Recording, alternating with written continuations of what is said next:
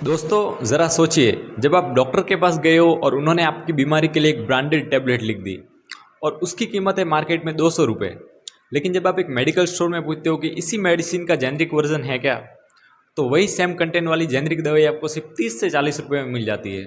अब सवाल ये है कि अगर दोनों सेम ही काम करती है तो हम सब लोग ब्रांडेड दवाइयाँ क्यों खरीदते हैं? तो क्या जेनरिक मेडिसिन कमज़ोर होती है या फिर फार्मास्यूटिकल कंपनीज बस अपने से एक्स्ट्रा पैसा कमा रही है? आज मैं आपको एक ऐसा सच बताने वाला हूँ जो आपकी जेब और सेहत दोनों को असर करेगा। तो नमस्कार दोस्तों, मैं सेल्फ विपुल और आप देख रहे हैं विपुल हेल्थ डिकोड, जहाँ पे हम हेल्थ और मेडिसिन की हर मुश्किल बात को सिंपल हिंदी में डिकोड करते हैं ताकि आप अपनी हेल्थ के लिए स्मार्ट डिसीजन ले पाओ।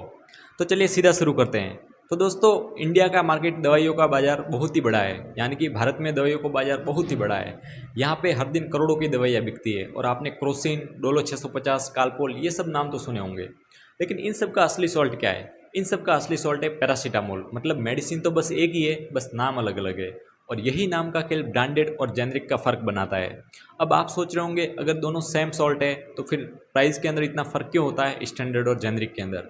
तो दोस्तों, जेनरिक मेडिसिन भी वही होती है जिसके अंदर सेम सॉल्ट हो, सेम स्ट्रेंथ हो, सेम डोजेज फॉर्म हो, और जो एक ब्रांडेड मेडिसिन में होता है। और भारतीय कानून के हिसाब से, यानी कि इंडियन लॉ के हिसाब से, जेनरिक भी तभी मार्केट में आती है जब उसने quality, safety, bio equivalence test हर चीज़ पास की हो। मतलब खून के अंदर उसका असर भी ब्रांडेड के बराबर होता है, तभी वो भी मार्केट के अंदर आती है। अब एक सिंपल एग्जांपल ले लो। ब्रांडेड दवाई एक तरीके से पेप्सी की बोतल है और जेनरिक दवाई उसी का लोकल कोला है। यानी कि टेस्ट और पैकेजिंग अलग अलग हो सकती है, पर असली काम जो प्यास बुझाने का है वो तो सेम ही रहेगा। तो अब असली फ़र्क क्या है दोनों में कि प्राइस के अंदर इतना ज़्यादा डिफरेंस होता है जेनरिक और स्टैंडर्ड में?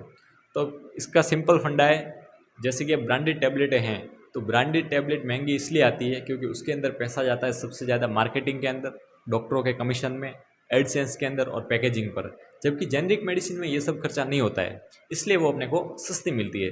और हाँ, सबसे इंपॉर्टेंट बात, डब्ल्यू एच ओ यानी कि वर्ल्ड हेल्थ ऑर्गेनाइजेशन और इंडियन एफडीए दोनों कहते हैं कि अप्रूव्ड जेनरिक भी उतना ही इफेक्टिव होता है जितना कि एक ब्रांडेड टैबलेट होती है।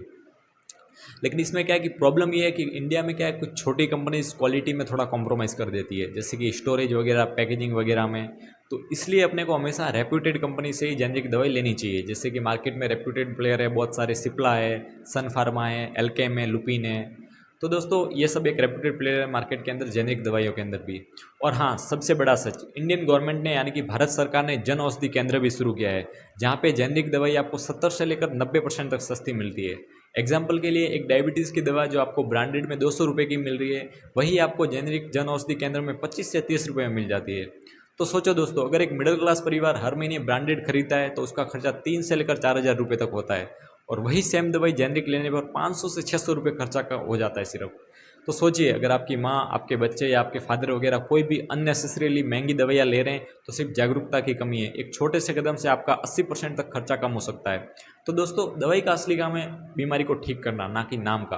तो अब आप जब भी अगली बार डॉक्टर के पास जाएं और वो कोई मेडिसिन लिखे ब्रांडेड, तो एक सिंपल सवाल जरूर पूछना कि सर, इसका जेनरिक वर्जन है क्या अवेलेबल? तो शायद आपके एक सवाल से आपके हज़ारों रुपये बच जाए। तो दोस्तों, आप क्या पसंद करते हो, ब्रांडेड या जेनरिक? कमेंट में एक बार मेरे को ज़रूर बताना।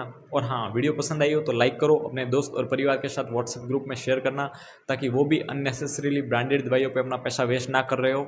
और हाँ, हेल्थ से जुड़ी हर छोटी से बड़ी जानकारी को सिंपल हिंदी में समझने के लिए अपने चैनल विपुल हेल्थ डिकोड को सब्सक्राइब करना मत भूलना। तो चलिए, मिलते हैं अगले वीडियो में एक और यूज़फुल टॉपिक के साथ। तब तक अपना ख्याल रखना। Stay healthy, stay safe. Thank you.